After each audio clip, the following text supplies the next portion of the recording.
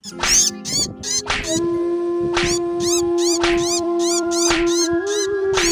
घने जंगल में टोनी अपनी बेटी टुनटुनी के साथ रहती थी। एक दिन टोनी की बहन की मौत लंबी बीमारी से हो जाती है। तब टोनी अपनी बहन के घर जाती है। माँ, मुझे छोड़कर तुम कहाँ चली गई माँ? मैं अब किसके सहारे रहूंगी माँ? अच्छा होता आप मुझे भी अपने साथ ले गई होती। बेटा, तू अकेली नहीं है। आज से मैं तेरी माँ हूँ। मैं तुझे अपने घर लेकर चलूंगी। टोनी चिंकी को लेकर अपने घर आती है। बेटा, तू किसी भी चीज की चिंता मत करना। यहाँ तेरी बहन टुनटुनी भी है। तुम दोनों साथ साथ रहना। मैं तुम्हारा दाखिला भी टुनटुनी के स्कूल में करा दूंगी। हाँ चिंकी, तुम चिंता मत करना। मैं टुनटुनी तुम्हारी बहन हूँ। आज से मैं भी तुम्हारा ध्यान रखूंगी। जल्द ही चिंकी पूरे घर में घुल मिल जाती है। टोनी टुनटुनी से ज्यादा चिंकी पर ध्यान देने लगती है। एक दिन टोनी किचन में खाना बना रही थी। माँ, खाने में क्या बनाया है? मुझे बहुत जोरों से भूख लगी है। रुक जा चिंकी, मैं अभी तुझे खाना निकाल कर दे रही हूँ। चिंकी किचन में पड़े चाकू को उठाकर उससे खेलने लगती है। तभी उसका पर कट जाता है। माँ, मेरा पर कट गया। चिंकी, तू भी ना बेटा चाकू लेकर क्यों खेल रही थी? रुक, मैं अभी तेरी मरहम पट्टी कर देती हूँ। थोड़ी देर बाद ये ले चिंकी, मैं तुझे अपने हाथों से खाना खिला देती हूँ। टोनी चिंकी को अपने हाथों से खाना खिलाने लगती है। तभी टुनटुनी वहाँ आती है। माँ, मुझे भी आपके हाथों से खाना खाना है। टुनटुनी, बच्ची नहीं है तू, अपने हाथ से भी खा सकती है। माँ, जब से चिंकी आई है तुमने मुझसे प्यार करना छोड़ दिया है। जाओ, मैं नहीं खाती, मुझे नहीं खाना। टुनटुनी, ये तू कैसी बातें कर रही है? चिंकी भी तो तेरी ही बहन है। तू देख नहीं रही इसके चोट लग गई है। माँ, मुझे फालतू की बातें नहीं सुननी। मैं अपने कमरे में जा रही हूँ। गुस्से में टुनटुनी अपने कमरे में चली आती है और सोचने लगती है, जब से ये चिंकी की बच्ची इस घर में आई है, माँ उसी को प्यार कर रही है। आज चिंकी की वजह से मुझे डांट खानी पड़ी है। मैं इसे नहीं छोड़ूंगी, इसे सबक सिखाकर ही रहूंगी। अगले दिन टुनटुनी, तू चिंकी को अपने साथ स्कूल ले जा। मैंने तेरा और चिंकी का टिफिन पैक कर दिया है। स्कूल में लंच होगा तो तू भी चिंकी को खिला देना। ठीक है माँ। टुनटुनी चिंकी को रेलवे ट्रैक से स्कूल ले आती है।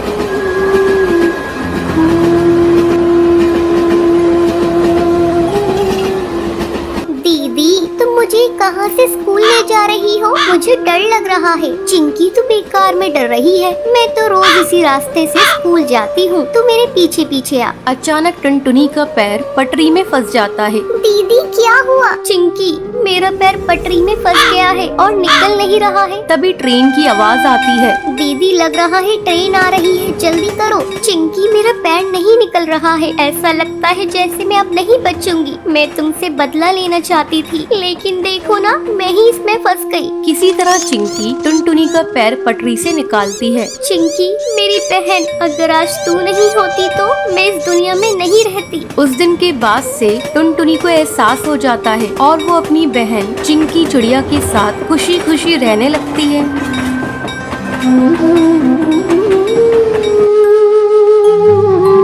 एक जंगल में ऑटो चलाने वाला बंटी कबूतर रहता था। एक बार की बात है, बंटी कबूतर रात में सवारी छोड़ने के लिए काफी दूर आ जाता है। तभी उसे रास्ते में एक चिड़िया दिखाई देती है। अरे, ये कितनी खूबसूरत चिड़िया है। अच्छा है, वापसी में सवारी मिल गई। पूछता हूँ इस चिड़िया को कहाँ जाना है। रुको रुको ना। हाँ चिड़िया बहन, बोलो कहाँ जाओगी तुम? जहाँ आप जाएंगे वहाँ जाऊंगी मैं। चिड़िया बहन, मैं तो अपने घर जाऊंगा। चलिए आप बैठ जाइए, मैं आपको रास्ते में छोड़ दूंगा। जरा जगह तो दीजिए, जब भी तो बैठूंगी मैं। अरे चिड़िया बहन, आप पीछे बैठिए जहाँ सवारी बैठती है। उसकी ये बातें सुनकर बंटी कबूतर को बहुत अजीब लगता है। तभी उसकी नजर उसके पैरों पर पड़ती है। उसके पैर उल्टे होते हैं, जिसे देखकर वो डर जाता है। अरे भागो, भागो रे भागो भैया। कहाँ जाएगा तू बचकर बंटी कबूतर? आज तो तुझे छोड़ूंगी नहीं। कितने दिनों बाद मेरी प्यास बुझेगी।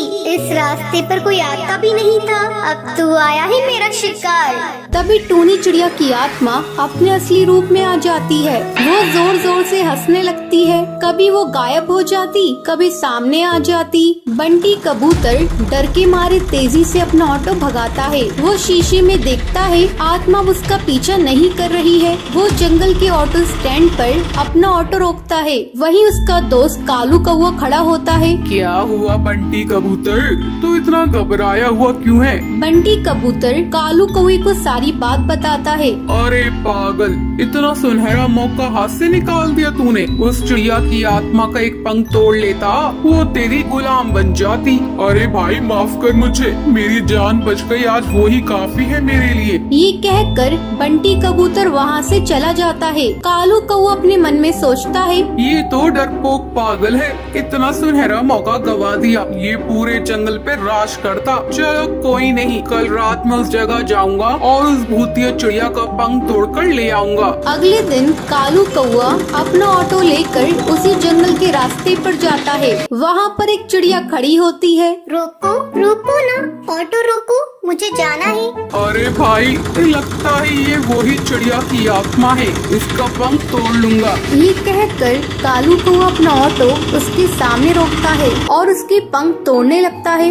अरे बेवकूफ कौवे बदमाश, तेरी हिम्मत कैसे हुई? तूने मेरे पंख तोड़ने की कोशिश की। रुक, तुझे अभी बताती हूँ। टुनटुनी चिड़िया पास में पड़े डंडे से उसे बहुत मारती है। अरे बहन, मुझे माफ कर दो, मुझे लगा तुम एक चिड़िया की आत्मा हो। अरे बदतमीज, तुझे मैं कहाँ से आत्मा नजर आ रही हूँ? चल भाग यहाँ से। टुनटुनी ये कहकर वहाँ से चली जाती है, पर टूनी चिड़िया की आत्मा पेड़ के पीछे खड़े होकर ये सब देख रही होती है। अगले दिन कालू कौवा फिर से अपना ऑटो लेकर वहाँ पर आता है। भाई आज तो पहले उसके पैर देखूंगा, तभी उसके पंख तोड़ूंगा, वरना कल की तरह पिटाई हो जाएगी मेरी। अब फिर से वहाँ पर एक चिड़िया खड़ी होती है। रोको रोको ना ऑटो, मुझे जाना है। कालू कौवा उसके पैर देखता है। उसके पैर उल्टे होते हैं। जैसे ही कालू कौवा उसके पंख तोड़ने वाला होता है, तभी टूनी चिड़िया की आत्मा अपने असली रूप में आ जाती है। बहुत डरावनी आवाज़ें सुनाई देती है। कालू कौवे, आ मेरे पंख तोड़ेगा? ये ले तोड़ के दिखा। टूनी चिड़िया की आत्मा कभी उसके सामने आ जाती, कभी उसके पीछे। वो उसे बहुत मारती है। मुझे माफ कर दो चिड़िया की आत्मा, मैं आगे से कभी भी ऐसा नहीं करूँगा। मुझे जाने दो, मत मारो। क्यों छोड़ दूं तुझे? तू जैसे मन चले बदमाश पक्षियों को मारना ही तो मेरा लक्ष्य है। तुम जैसे लालची पक्षियों को जीने का कोई हक नहीं। तभी वहाँ पर बबलू कबूतर ऑटो में अपनी सवारी बिठाकर वहाँ से गुजर रहा होता है। अरे चिड़िया की आत्मा, छोड़ दो उसे, मैं तुमसे विनती करता हूँ। नहीं, मैं इसे नहीं छोड़ सकती। तुम जानते हो, एक बार ऐसे ही मैं इस जंगल से ऑटो में जा रही थी। उस ऑटो वाले ने मेरा सामान लूट कर मुझे जान से मार दिया। जब से जो भी मुझे लालची पक्षी दिखाई देता है, मैं उसे जान से मार देती हूँ। तभी सुंदरी कौवी बोलती है, अरे टूनी चिड़िया, तुम सही कह रही हो, तुम्हारे साथ गलत हुआ है, लेकिन तुम भी सही नहीं कर रही हो। ना जाने कितने पक्षियों को तुम मार रही हो। वो सब उसे बहुत समझाते हैं। वो कालू कौवे को छोड़ देती है। मुझे माफ कर दो, तुम सब सही कह रहे हो। मैंने अपने इंतकाम पूरा करने के लिए ना जाने कितने पक्षियों के परिवार को तोड़ा है, पर अब नहीं।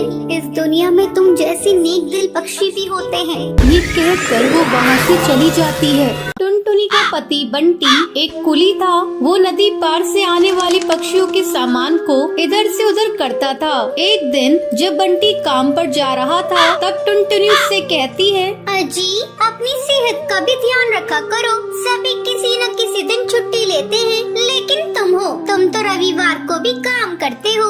अरे पगली, अगर काम नहीं करूँगा तो घर कैसे चलेगा? तू तो माँ बनने वाली है, बच्चों का खर्चा बढ़ेगा। अगर काम नहीं करूँगा तो अपने बच्चों को अच्छी जिंदगी कैसे दूंगा? आपसे तो बात करना ही बेकार है। ये लीजिए पोटली, इसमें मैंने रोटी और चावल रख दिए हैं, समय से खा लीजिएगा।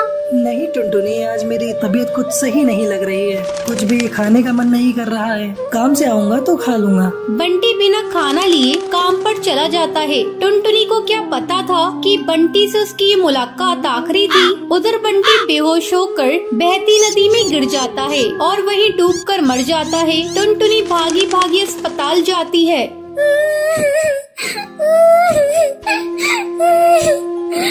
बंटी, ये क्या हो गया? सब कुछ एक पल में खत्म हो गया। अब ये बच्चा किससे अपना पापा कहेगा? मैं तुम्हें कई बार समझा रही थी अपनी सेहत का ध्यान रखो, लेकिन तुम तो मेरी बात मानते ही नहीं। अब मैं क्या करूं बंटी? समय तेजी से पंख लगाकर उड़ने लगता है। टुनटुनी एक बच्ची को जन्म देती है। एक दिन टुनटुनी के पास डाकिया एक खत लेकर आता है।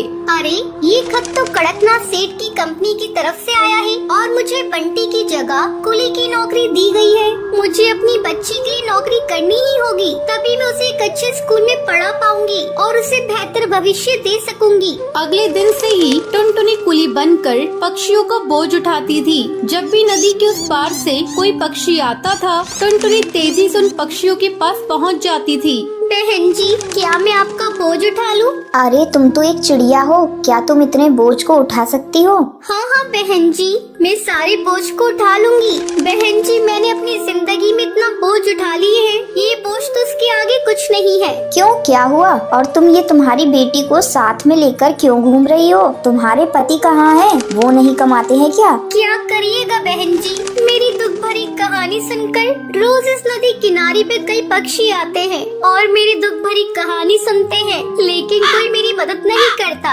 अरे तुम मुझे तो बताओ, मैं तुम्हारी जरूर मदद करूंगी। क्या बताऊं बहन जी, मेरे पति की मौत इसी नदी में डूबकर हो गई थी। उसके बाद से मैं यहाँ कुली की नौकरी कर रही हूँ। देखो टुनटुनी, जब तुम्हारी बेटी थोड़ी बड़ी हो जाएगी तो उसको मेरे स्कूल में डाल देना। मैं उसे पढ़ा लिखा कर एक अफसर बनाऊंगी। मैं तुम्हें अपना पता दे देती हूँ। वो बुलबुल चिड़िया टुनटुनी को अपना पता दे देती है। इसी तरह कई साल गुजर जाते हैं। एक दिन जब टुनटुनी अपना घर साफ कर रही थी, तभी उसे उस बुलबुल का दिया हुआ पता मिलता है। अरे, ये पता तो वही है जो मैडम जी ने मुझे नदी किनारे पर दिया था। मैं तो बिल्कुल भूल ही गई थी। अब मैं अपनी बेटी को लेकर मैडम जी के स्कूल में जाऊंगी और उसे वहाँ पढ़ाऊंगी। टुनटुनी अपनी बेटी को लेकर उस पते पर पहुँचती है। आओ आओ टुनटुनी, बहुत दिन हो गए तुमसे मिले। मैडम जी, ये देखिए, मैं अपनी बेटी को अपने साथ लेकर आई हूँ। मैं चाहती हूँ पढ़ लिख कर एक अफसर बन जाए, इससे मेरी तरह जीवन में संघर्ष न करना पड़े। हाँ हाँ टुनटुनी, तुम निश्चिंत रहो, मैं तुम्हारी बेटी को अच्छी तालीम दूंगी। तुम्हें एक दिन इस पर गर्व होगा। टुनटुनी अपनी बेटी का एडमिशन उस मैडम जी के स्कूल में कराकर निश्चिंत हो जाती है। उसे इस बात की खुशी थी, उसकी बेटी को उसकी तरह जीवन में संघर्ष नहीं करना पड़ेगा। तो ये थी आज की कहानी। क्या आपको पता है कालू कौवा बंटी कबूतर से चिड़िया की आत्मा का क्या तोड़ने के लिए कहता है? अगर आपको पता है तो आप हमें कमेंट करके जरूर बताएं। अगर आपको ये वीडियो पसंद आई हो तो इसे लाइक और ऐसी कहानियाँ देखने के लिए मेरे चैनल को सब्सक्राइब करना ना